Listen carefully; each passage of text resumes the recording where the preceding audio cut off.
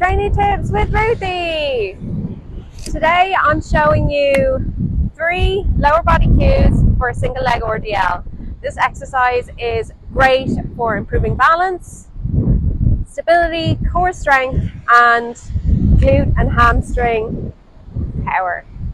Okay, so let's begin. The first thing we're going to focus on is our foot.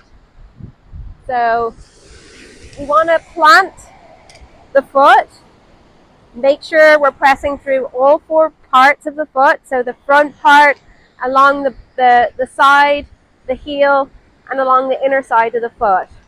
We're going to use opposite hand, just using one weight. I'm starting with a kettlebell here. So we're going to press through our foot, hinge the hips, load the glute, and stand tall. We're going to stack our shoulders over our hips. So when you're really working my foot here, so all the wobbles, I want to try and center the foot as I wobble. Keep bringing it back to center and trying to press through each corner of the foot. Allow the wobbles, and we want to imagine the floor is meeting the foot and the foot is pressing back down into the floor. So that's your first cue. Our second cue is going to be about our hips.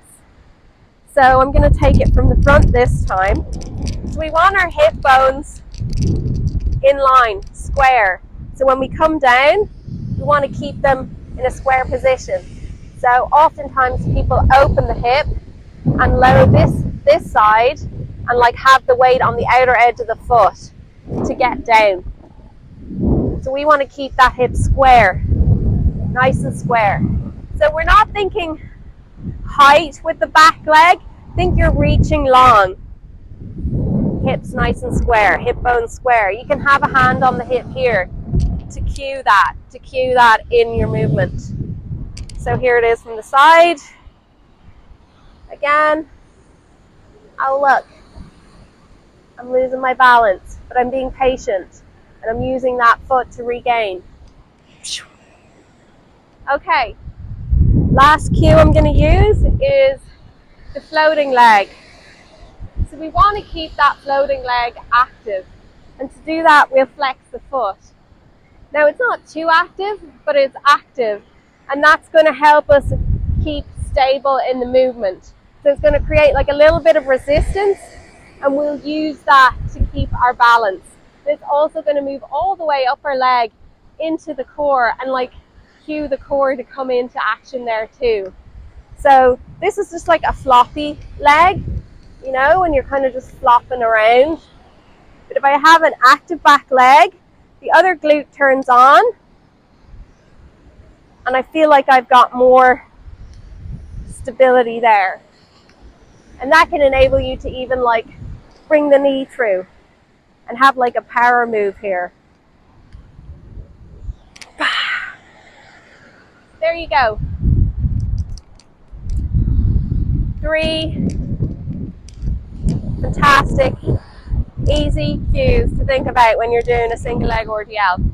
You can obviously have 2 weights also, but one in the opposite hand is it challenges the balance.